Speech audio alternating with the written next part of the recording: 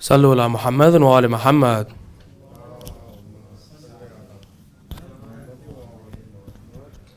Assalamu alaikum, brothers and sisters. On behalf of the Mehdi Youth Society, I'd like to thank everyone for joining us here today for our second late night discussion with Sheikh Mujahid. So just a short introduction for him.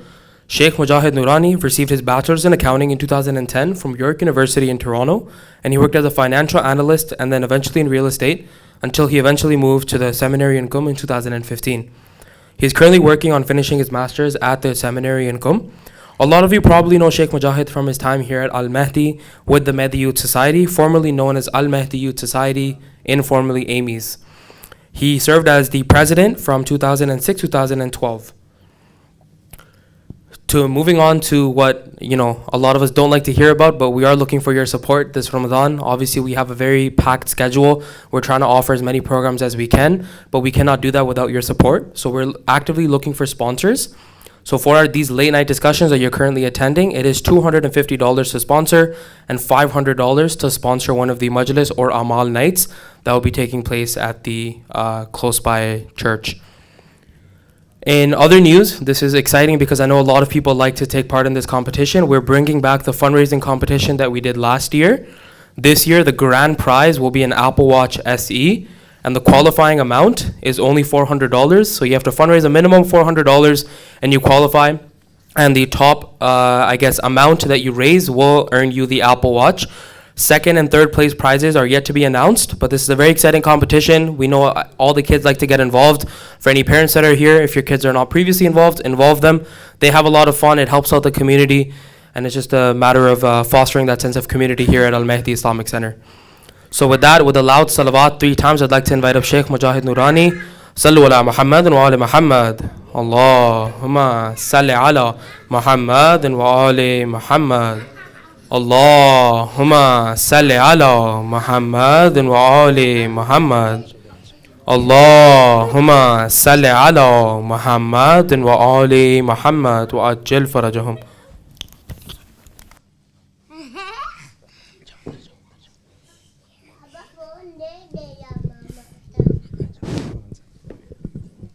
Sallu ala Muhammad wa ali Muhammad.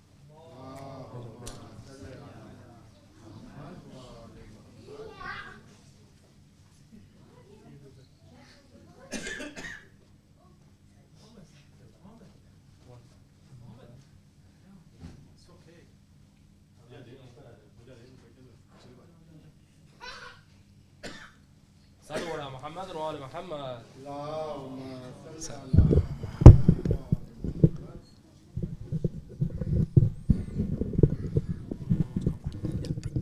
Or just You prefer the caller? give me the collar. Yeah, I think it's better.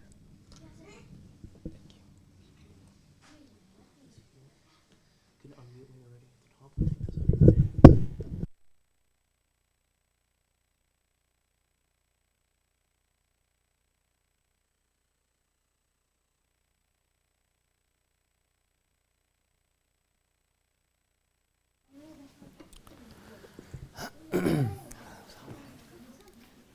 أعوذ بالله من الشيطان الرجيم بسم الله الرحمن الرحيم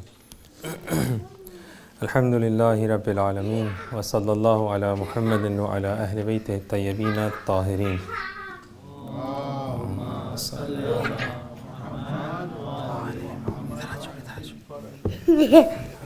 قال الله الحكيم أعوذ بالله من الشيطان الرجيم بسم الله الرحمن الرحيم ولا تكونوا كالذين نسوا الله فأنساهم أنفسهم أولئك هم الفاسقون صلوات على محمد وآل محمد.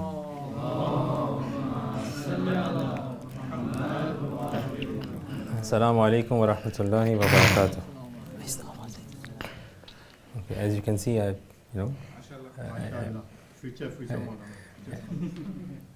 inshallah, I'll just say a few things as we go along, and then let's see how it goes, inshallah.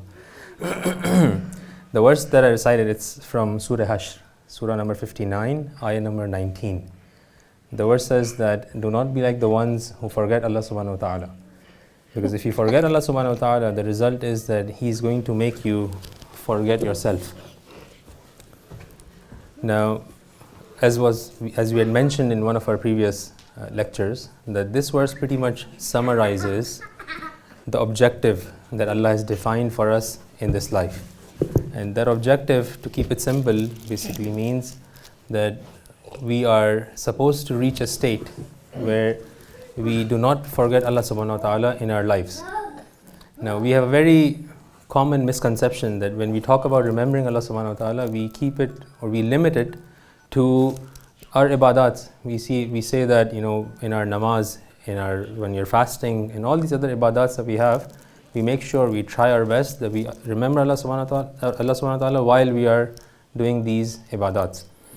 But again, all of us know that this is just a misconception. The idea is that eventually we reach a state where in every single action of ours, we remember Allah subhanahu wa ta'ala. Now, how that happens practically, what sort of effort do we need to put in, that's a separate discussion.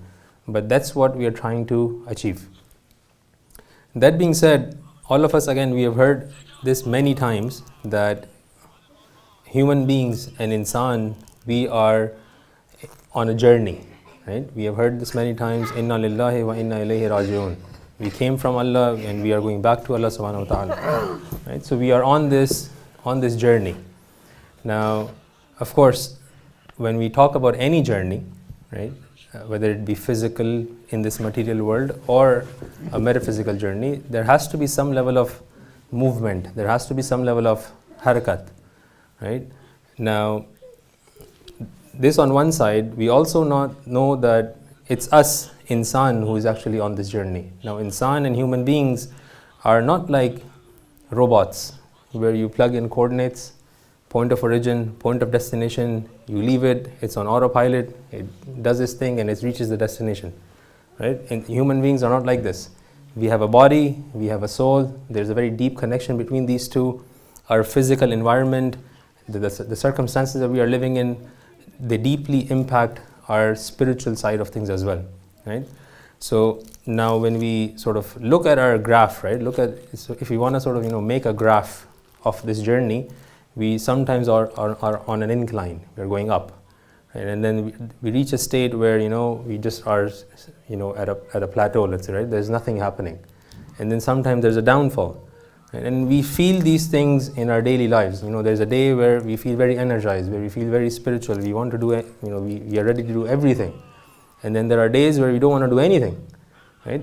Now, that's something that whether I don't know if it's surprising for you guys or not, it's actually something that Allah knows. And that's what He expects. He's not expecting from people like us, He's not expecting us to be ma'asooms. He's not expecting us to be like someone who makes absolutely no mistakes.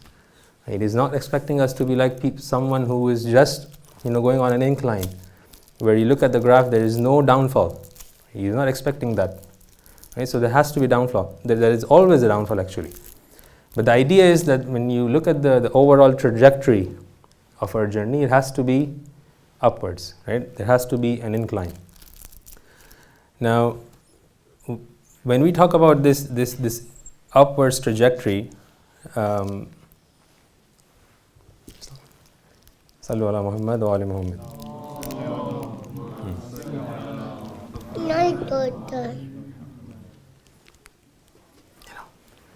So when we talk about this upward trajectory, there are generally two terminologies that are used, on a regular basis. We have heard about these words.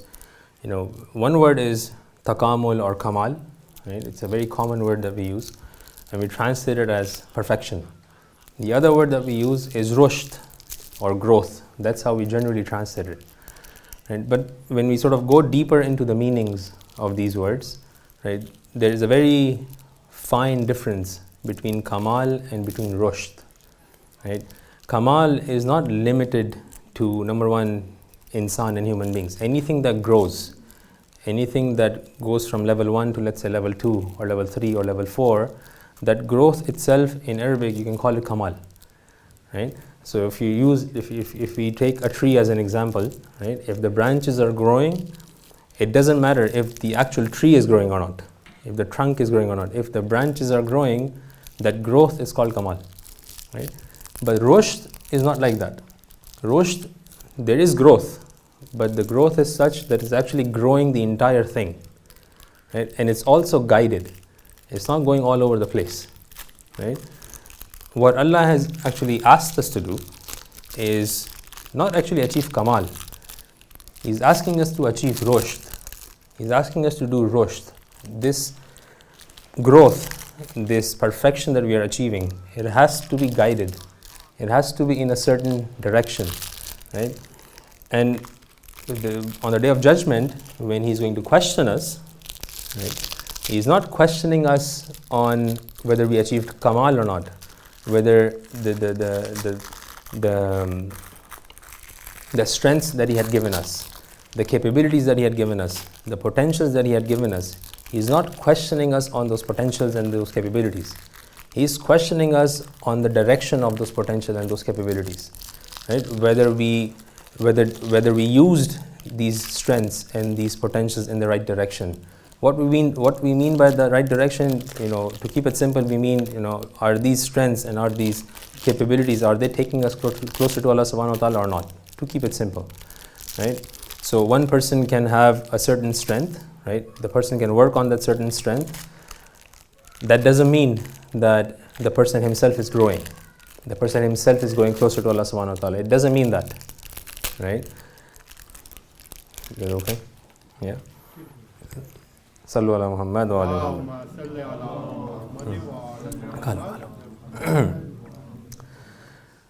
So he's questioning us on our rushd and on the direction we used in our strengths, right?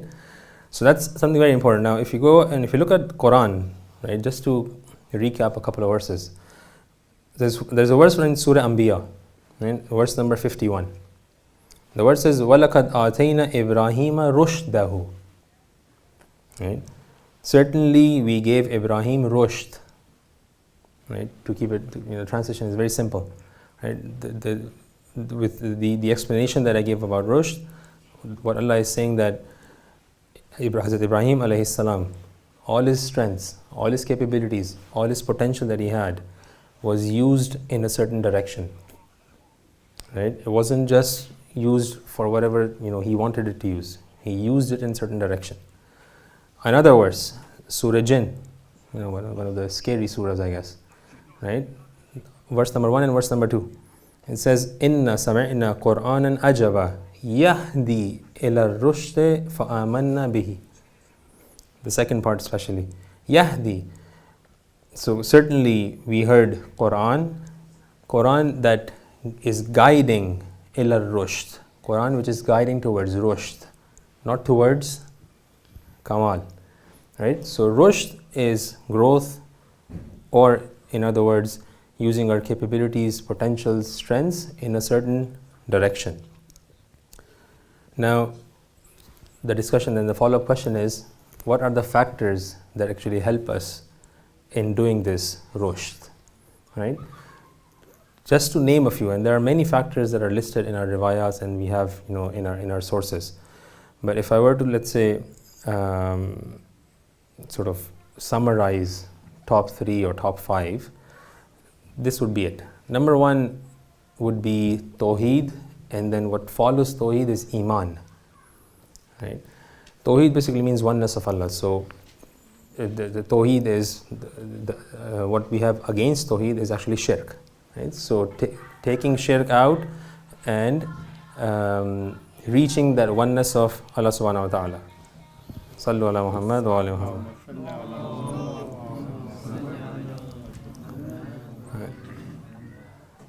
Another factor is leadership, imamat.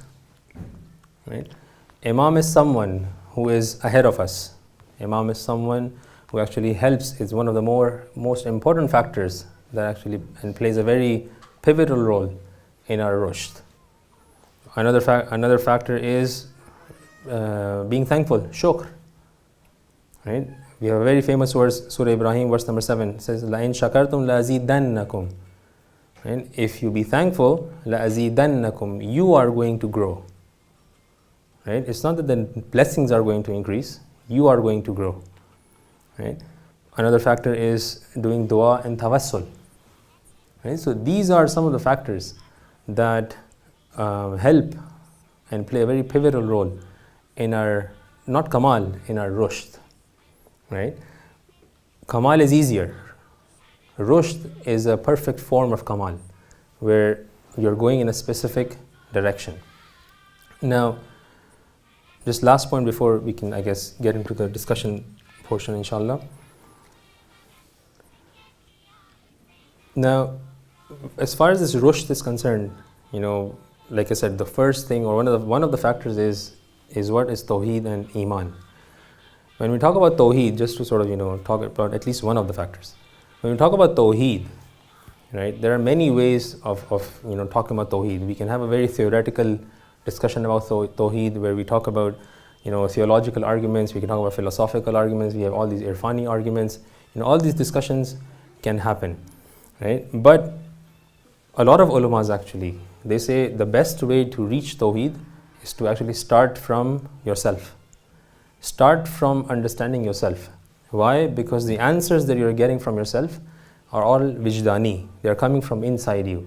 It's very difficult to deceive yourself when the answer is coming from inside you, from within you, right? So a lot of the ulamas are focused on using the self to actually start your journey towards Tawheed, right?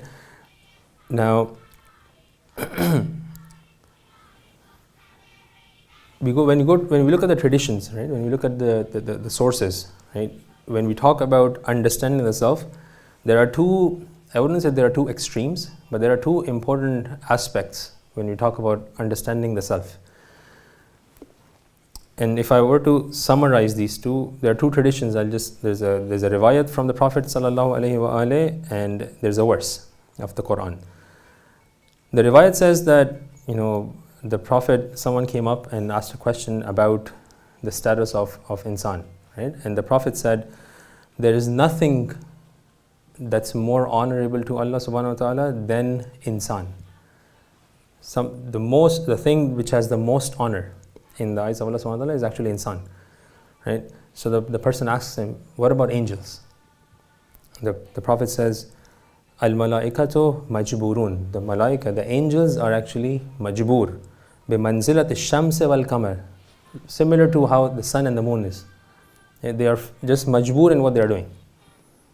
So the actual honor, the actual thing or the actual existence that is honor in the eyes of Allah subhanahu wa ta'ala is actually insan. Not that other things are not honorable, but in comparison, insan is closer to Allah subhanahu wa ta'ala.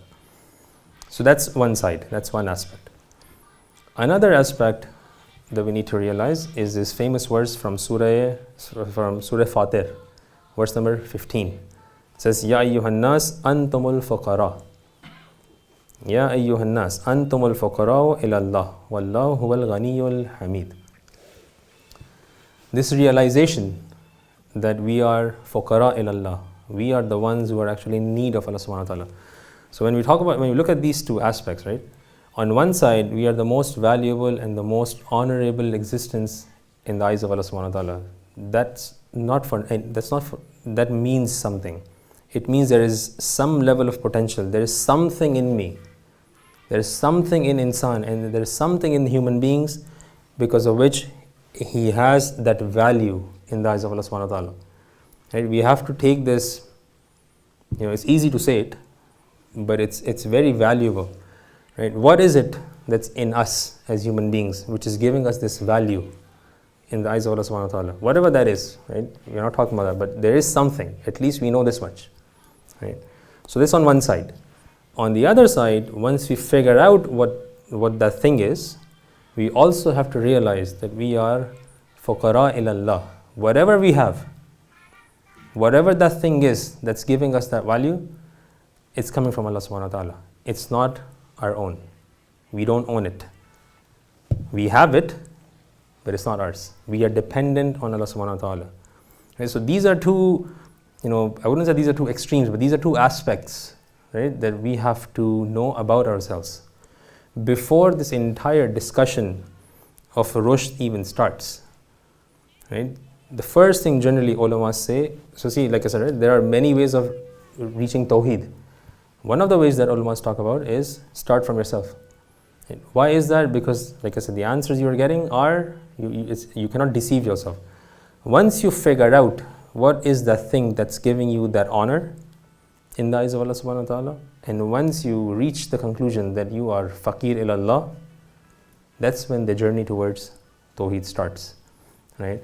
By the way, this search process itself is part of the journey. Right? No one is discounting the search part of the process.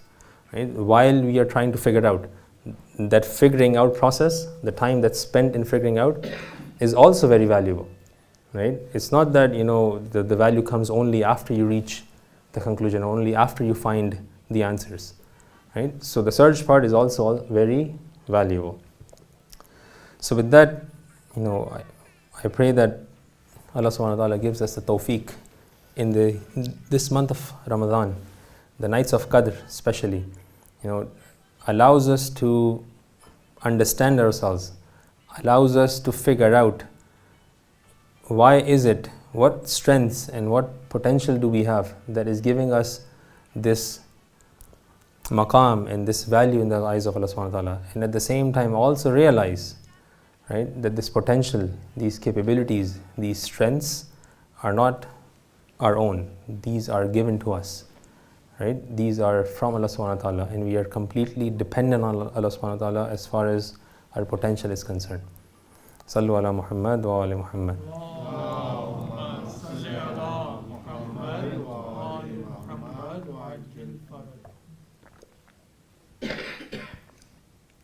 So I don't know if there is any discussion happening or not, but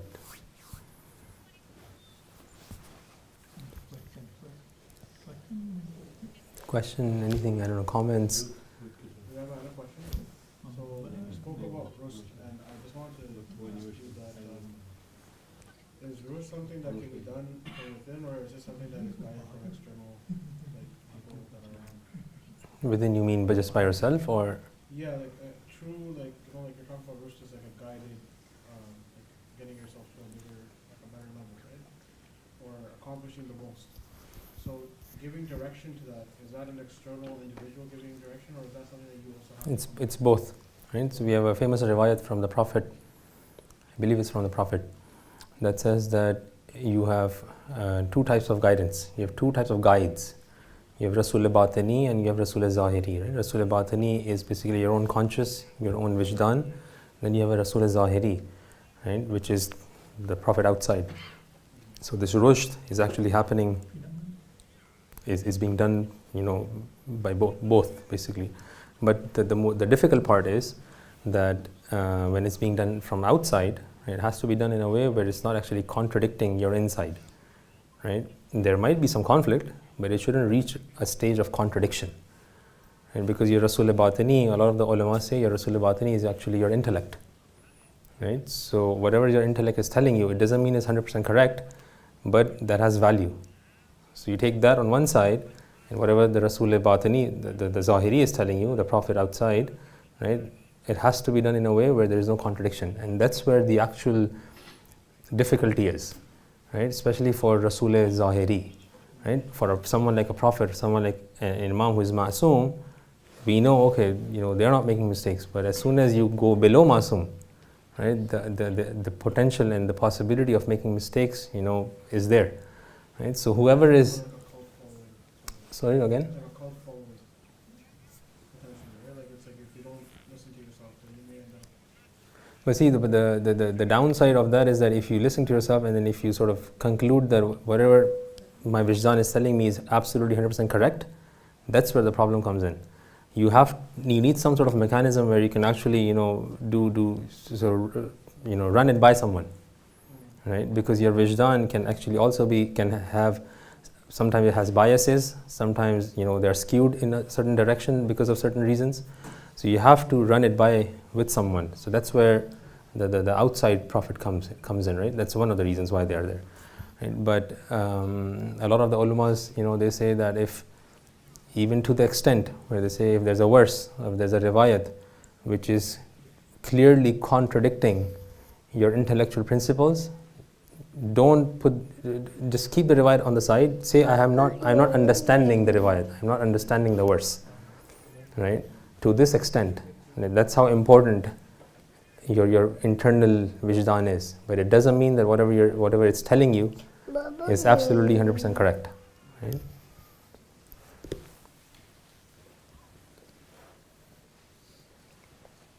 You talked about how the ulama say for the journey of Tawheed we should start by understanding ourselves. What does that mean, start by understanding ourselves? And, are there some steps, are there some guides? How do we understand ourselves? So one thing that they say which is pretty easy to, I would say, understand is start by understanding your strengths and your potentials, right? Whether they be your physical strengths or your spiritual strengths and potentials, right? Now, if you talk about physical, let's say, potential and capabilities, it can be something very simple as, I'm good at studying math. That's something very simple. You can touch and feel it, you see it, you experience it, something that's very simple like that, right? And as far as your, and then you go on from there, right? And now, sometimes again, the more you analyze yourself, the more you think about yourself, and the more you spend time with yourself, the more things come out. Sometimes what helps is actually good friends who are close to you. Right? These friends sometimes would highlight certain strengths that you might think you don't have. Right? And works the other way around as well. Right? Sometimes these friends are going to highlight certain weaknesses that you might think you don't have. Right? So again, as far as identifying material strengths and weaknesses is concerned, a lot of it is actually just self-reflection. Right? There's self-reflection and feedback from outside. Right? It's not complicated. Right? And as far as the spiritual strengths are concerned, right, again, ideally, you would want a teacher to sort of identify those for you. But if you don't have a teacher, it doesn't mean there is no way to sort of do it, right? You always have scholars available who can at least give you some guidance, right? Spiritually, we know we have a ruh, right? We have a nafs, or let's just say for now we have a ruh. This ruh has come from Allah subhanahu wa ta'ala, right? These are all again theoretical teachings that we already know about these. Right? We have a ruh. It's come from Allah subhanahu wa ta'ala. We have the potential to manifest all the sifat and all the names of Allah subhanahu wa ta'ala. These are all strengths. Right? These are all spiritual strengths which somehow eventually would manifest physically as well, actually in the physical world as well. Right? But the root of it is actually in the ruh and in the nafs. Right? So a lot of it happens by self-reflection, and outside feedback really helps.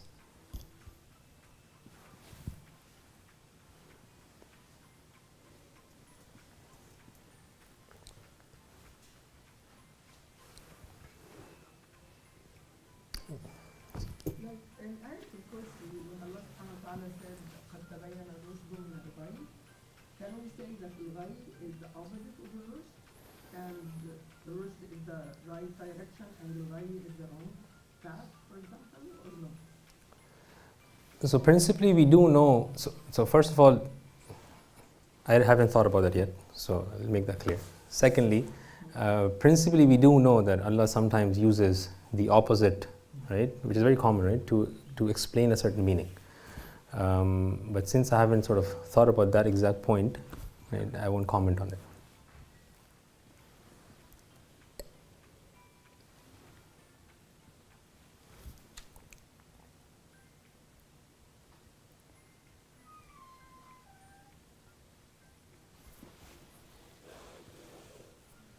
صلوا على محمد وآل محمد.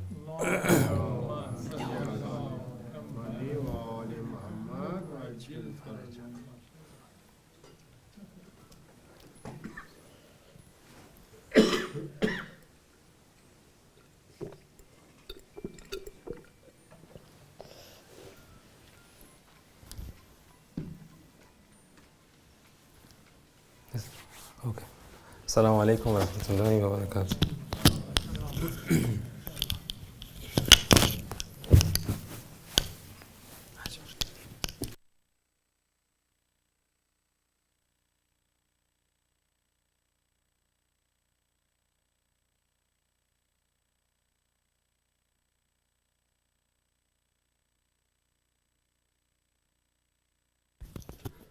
Jazakallah everyone. The sisters, if the brothers can just stay seated for a moment, let the sisters make their way back to the ladies' hall, and then the brothers can stay here for chai and socializing if you'd like. Jazakallah everyone.